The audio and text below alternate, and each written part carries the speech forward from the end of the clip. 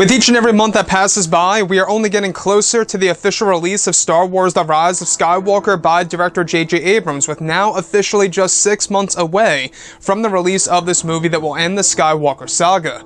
This is Mike Zero. Make sure to subscribe if you are new to the channel for future Star Wars content.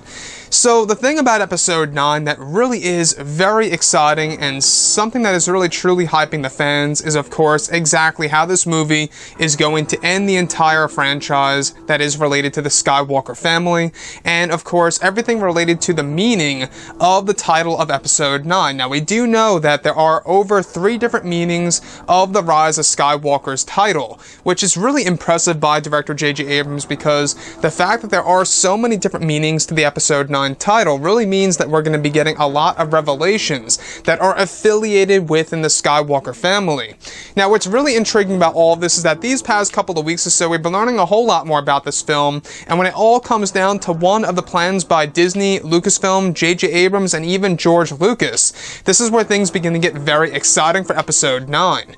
Now, specifically, what's really intriguing about all of this is that it's described that during the rewrites of the film, during the months of November and December of 2018, is that J.J. Abrams and George Lucas worked closely together on the second act and the third acts of the film's script by adjusting parts of the story for some of the revelations and some of the meanings of the official title, since there are over 3 different meanings of the Episode 9 title itself. It's described that the origins of the Skywalker bloodline will be explored, as well as the first Skywalker will be implemented into the plot of the film, that will be explored in great depth for one of the scenes featuring the Force Ghost of Luke offering knowledge to Rey about all of this. The first Skywalker is described to be a part of one of the meanings of the official title, and that it's unclear if the character is related to Luke or a character that just held the last name Skywalker that was eventually passed down to the real bloodline. It's said that the origins of the Skywalker bloodline will tap into the first Skywalker and really was and exactly how the name was created. Parts of this reveal is said to have been written by George Lucas himself with the help of Abrams during the rewriting process, and is described to make fans look at the Skywalker family in a different way that is said to be extremely satisfying. So I want to go over a couple of parts about this. From what it seems, this is going to be the ancestor of Luke, Anakin, Shmi, you name it, and what they're really trying to establish with the meaning of the name Skywalker and the truth and origins of the name itself. Now, like I say, it's unclear if the first Skywalker per se is related to Luke, Shmi, and Anakin, or if this is a character completely not even attached to the Skywalker bloodline that just holds the name Skywalker, that was perhaps used as inspiration for the real Skywalker bloodline, if that makes sense. So nonetheless, aside from all of that, the origins of the Skywalker bloodline will also be explored in Episode 9. A lot of this was done by George Lucas, suggesting this to J.J. Abrams and helping Abrams out with the rewriting of parts of Episode 9 in the second and third acts of this movie.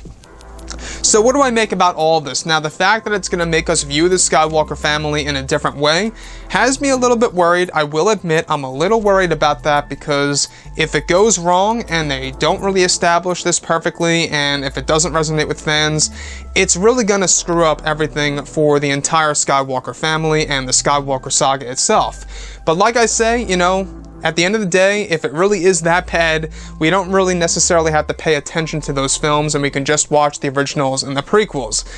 Now, the thing here is this, alright, we shouldn't have to be in that situation or that position, and that's exactly why I'm trusting George Lucas in all of this, and his help with J.J. Abrams, and how he really was heavily involved with a lot of the rewrites for the second and third acts of the film during the months of November and December. So that's exactly why I'm staying very optimistic and positive about all of this, is because Abrams had help from the creator of this franchise himself that was started way back in 1977. So I think that's one thing that we all should think about right now, is that George is on board of Episode 9 and did offer a lot of his advice, his knowledge, and a lot of his ideas that were accepted into the overall storyline of The Rise of Skywalker.